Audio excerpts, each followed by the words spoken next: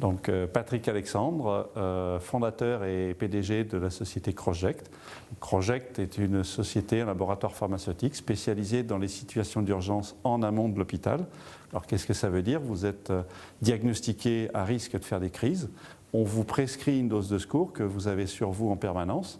Quand la crise intervient, vous n'êtes généralement pas chez votre médecin ou face à l'hôpital. Ce sera un non-professionnel de santé qui procédera à l'administration de la dose de secours. Le prérequis pour ça, c'est de disposer d'un moyen très facile à comprendre, très facile à utiliser et très sûr. Et c'est là qu'intervient notre injecteur sans aiguille, donc qui contient la dose de secours que vous avez achetée en pharmacie.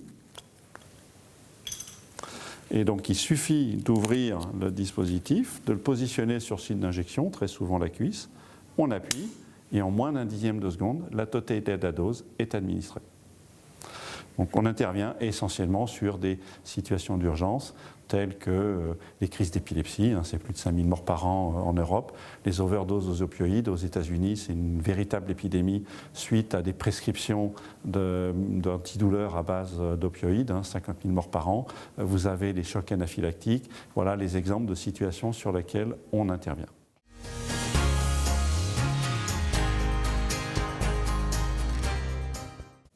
Donc aujourd'hui, Croject est basé à Dijon. Nous développons les produits, nous sommes également fabricants. On a des opérations de sous-traitance et de fabrication en interne et on fera distribuer nos produits par des laboratoires pharmaceutiques qui sont déjà implémentés sur les indications thérapeutiques. Donc on est dans ce modèle B2B, on crée les produits, on les fait distribuer par des acteurs qui connaissent bien les indications, les problématiques des indications thérapeutiques.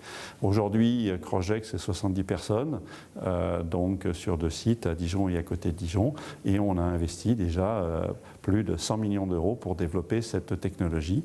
Nos perspectives, c'est maintenant qu'on dispose d'un outil industriel et que le produit est finalisé, c'est de construire les dossiers d'enregistrement pour les déposer en fin d'année prochaine et une commercialisation qui se situera à peu près une année après.